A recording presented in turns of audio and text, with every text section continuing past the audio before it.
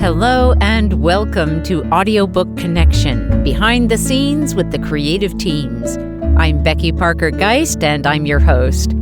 Audiobook Connection is your place to learn about the audiobook creative process and for authors to learn valuable tips on producing and marketing your audiobooks.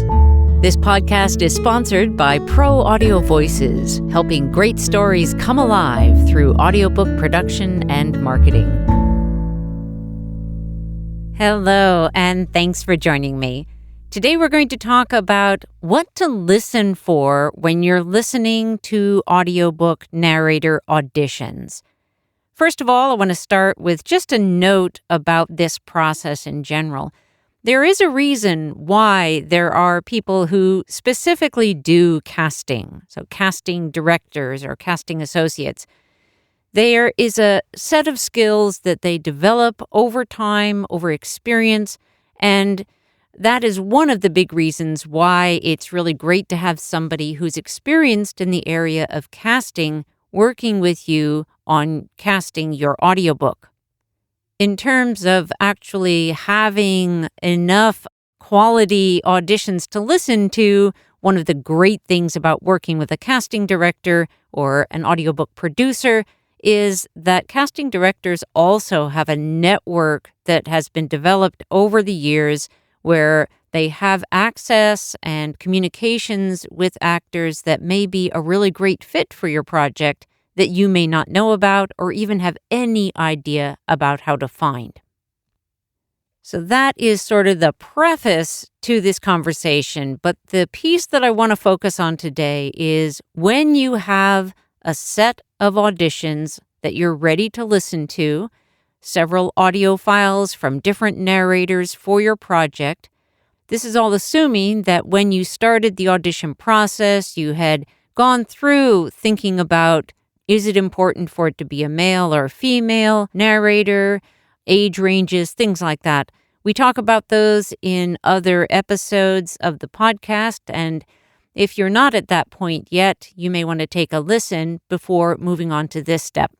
So again, our focus today is what to do, how to listen, now that you have several auditions to listen to. Well, the first one is really obvious, and this is usually, most often, the one that is only considered by authors. Certainly, it is the first to consider, but it is by far not the only thing to consider. And that is, generally, do you like the sound of the voice? Do you like the sound of this narrator reading your text? Obviously, you want somebody that you're going to enjoy listening to. So that's question number one. And this is the criteria that most often is the only one that authors think about in terms of making that selection. Well, that can make it really difficult because let's say you have 10 different auditions and you like the sound of all of them. They all sound great to you. How do you decide? These other factors are going to help you narrow down your choices to make that decision. The next criteria you might consider is the tempo or the pace. Now, some material, let's say like a fast-paced adventure, is going to want a more energized, faster pace. Whereas a book about retirement benefits, for example, might need a slower pace. It's maybe more technical. You may have an older audience, and so you'd want your pace to be more measured. Depending on your material and the feel of your material in an audio format, this is going to be a part of your decision-making. Is the pace or the tempo of the narration, does it feel right? One of the things you want to note, however, is that this is one of the easiest pieces to adjust for a narrator. So if you have a narrator that you really think, oh, this would be the perfect person, but he's just going too fast, you can ask the narrator to slow the pace. Do make sure that you check, however. So if you ask them to slow the pace, check a re-recording of the audition with your material, make sure that they can actually implement that direction, and hopefully they'll be able to do it on a consistent basis throughout the audiobook. Some narrators have a harder time keeping a consistent pace, so this is something that you'll want to pay attention to. If you're getting your audio files on a rolling basis, you'll want to try to keep up with the reviewing of those audio files so that if the pace is changing in a way that doesn't feel right, you can help the narrator get back on track without wasting too much of the recording time and having to re-record a large section. The next factor you might consider is the tone appropriate? When I'm thinking about tone, I'm thinking about things like happy, sad, authoritative. Think about the content of your book, the material itself. What is it calling for? What kind of tone are you looking for? Is it a murder mystery? Is it a book that's designed for entrepreneurs? Who are you talking to? A lot of this can be best considered if you think about your audience. Your audience in relation to your material. What are you looking for? Some examples of tone that can feel really off base might be, for example, let's say you have a memoir that involves where child abuse was a significant component, or that your narrator is narrating a piece that is about that kind of content. It's painful. It's tragic. If the narrator is reading that with a happy tone, it's not going to feel right? So, that's a simple example of how the tone can be off. This is the kind of thing that you're not often going to find, but can happen. What it can indicate, or may be indicating, is that the narrator is not really in tune with the content, and that is not an ideal scenario for you. Let's take a short pause. We'll be back soon to cover some more things that you'll want to listen for when you're selecting your narrator. There is nothing like a great book to transport you to new worlds. Here at Pro Audio Voices, we love working on projects that transport the listener. We pay attention to the details, like making sure we have actors that can clearly differentiate the character voices, making for a great listening experience. If you have a book that you would like to get into audio, and you're looking for a team with a personalized approach, Pro Audio Voices might be just the right fit. Come visit us at proaudiovoices.com. Okay, the next area we're going to cover is the cadence. Is it fitting for your content? Again, we're thinking here partly about your audience, but we're also mostly, in this case, we're thinking about your content. If it's a mystery, if it's something that we're on the edge of our seats about, then we may want to have a cadence that is going to reflect that. You may be able to, just by looking at the way you've punctuated your book, the way that you have written it, that, let's say, for example, if you have a lot of short sentences because it's a thriller and you're building suspense, you may be looking for a narrator who can really play with that in an effective way. If, however, let's say you're doing nonfiction and you have a book that trying to deliver to business executives the importance of certain techniques in their business, for example, you're probably going to want somebody who has a very confident tone, someone who can explain things, lay them out, mark it down, make sure that it's clear. The way that they read bullet points, for example, is something you may want to look at if that's an aspect or element of your book that you use a lot. Cadence is also, I think, very related to phrasing. This is a really, really important component. You want to make sure that your narrator is phrasing your sentences such that they're both clear and also easy to follow, and they're delivering the story or the material in the way that you intend. In fact, how one phrases a particular sentence can make the difference between it being completely unintelligible and completely understandable. One of the things that I will often listen for is how a narrator handles comparison. So, a this or a that. How do they phrase it? There are so many examples of this. I'll just come up with a few off the top of my head. For example, the sentence might be, I wasn't sure whether to go this way or that way, which could also be read with less emphasis, I wasn't sure whether to go this way or that way. Or, rather than sitting in the blue section, we went around the back to sit in the red section, which could be read, rather than sitting in the blue section, we went around back to sit in the red section.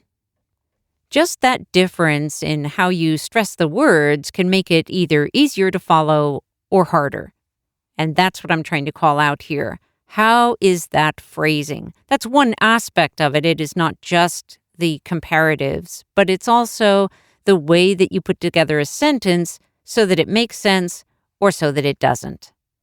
And as you can see, or perhaps have noticed, I've used a lot of examples just in my talking to you about how phrasing can really make a difference. So hopefully you're picking up on that. And also, one other comment about phrasing in relation to nonfiction work, and that is when you have complex concepts, it is really, really important that the phrasing make the sentence clear for the listener. Keep in mind that if you're reading a book and you have the text in front of you, you can go back to the beginning of a sentence and reread it as many times as it takes to really understand, comprehend what the sentence is saying. We rely, in the audiobook world, we rely on the narrator to help us make that clear from the beginning, so that first read of the sentence is clear. And that is all about phrasing. And I'll say this as well, this is very much related to phrasing, and that is about timing for books that are comic. If you have a punchline, if you have something that is comic material, the way that it lands in terms of timing, the way that it's phrased and played out, makes all the difference in whether a joke works or it doesn't. Anyone who has experienced stand-up comedy knows that very, very well. Timing is everything when it comes to comic material. Another element that you want to be listening for, this is very particular to audiobooks, and it may be obvious to you when you first listen to a narrator, or it might not. But if it's not initially obvious, it can become annoyingly obvious later on in the process if you're not paying attention to it in the beginning. And that is the sound of loud breaths. Now, audiobooks are not generally like dead quiet in between. It's okay to hear a narrator breathe, but we don't want to hear the sounds before every sentence or in between, in the middle of sentences, before a phrase. It gets to be too much. Some of this can be cleaned up in post-production, and certainly this is the work of many, many hours of post-production work by audio engineers. But if you can avoid having to have all that extra work put into it, one of the best places to catch the problem is early on with your narrator selection. If, however, you have a narrator, they're your top choice, and they have very loud breaths, then you might want to just check in with your audio engineer or your audiobook producer and ask them if that is going to be an issue, if it can be cleaned up in post-production, and then, select accordingly. The next thing I want to bring up is mouth sounds. Now, mouth sounds are the kinds of things like this. These kinds of little clicky sounds that can happen underneath words, and that is when they're most problematic. If they're between words, that's less of an issue. But it does still mean a fair amount of extra work on the post-production side of things. There can be many reasons why a narrator has excessive mouth sounds. One of the main reasons is dehydration. Many narrators are not really aware that they need to stay hydrated in order to keep their mouth from making all kinds of clicky sounds while they're narrating. Another is medications. Many medications can actually cause this kind of either dehydration or issues where this is an issue. I bring it up not to say that you shouldn't hire a narrator if you hear any mouth sounds. But what I'm calling to your attention is that if they have a lot of mouth sounds, and if they are underneath the words or in the middle of words, you're going to end up with a lot of additional work after the fact, after the narration, and potentially a fair number of re-records in order to clean that up, and that can affect your overall quality. So it's something to be aware of. And another element that I consider kind of related to mouth sounds is clear enunciation. They're not entirely the same, but often they're related. What I have found is that when I hear a narrator whose words sound sort of mushy, almost like they've maybe had an extra glass of wine before recording, where there's either slurs within the word, and I'm not talking about really big, I'm not actually talking about they're drunk. I'm just calling out that some narrators are not speaking with great enunciation, and that maybe fits your content. But often it can be a problem for your listener. You want your listener to be able to make out what is being said. And if that is a potential issue, then it's something you want to listen for at the front end. And the last element that I'm going to cover today is accents and dialects. If there are accents or dialects that are important to your work, they may be character voices, they may be the narrative voice, but if they really matter, then that is another thing that you want to listen for. And I just want to say, finding the right voice is so important. Now, you may have a selection of great voices that you've collected in your audition process, and I really hope that that's the case. What I have heard from authors over the years, we have several times been contacted by authors who started into the process, often actually had their full audiobook narrated, and then ran into a problem where they either couldn't stand the way it sounded in the end, or had simply hired a narrator outright without understanding the rest of the process, and then they had audio files and they couldn't even figure out how to access them because the narrator didn't know how to properly deliver them. So there are additional considerations that will affect your overall experience. And these are questions that we'll address in other episodes. But for now, I hope that this has been helpful. Please reach out to us and let me know if it has. And I would love to hear your experiences with casting and how that's gone for you. What have been the pitfalls? What have been the exciting successes? We'd love to know so that we can share it with other authors here on the podcast and help more people succeed with their audiobook process. You can reach out to us at proaudiovoices.com. Thank you so much for joining us today.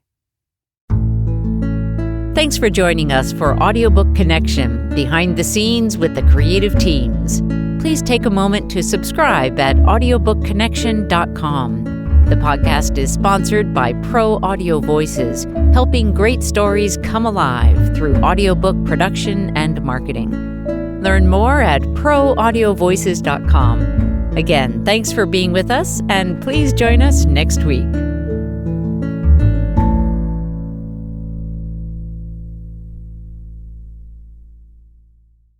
This podcast is a part of the C-Suite Radio Network. For more top business podcasts, visit c-suiteradio.com.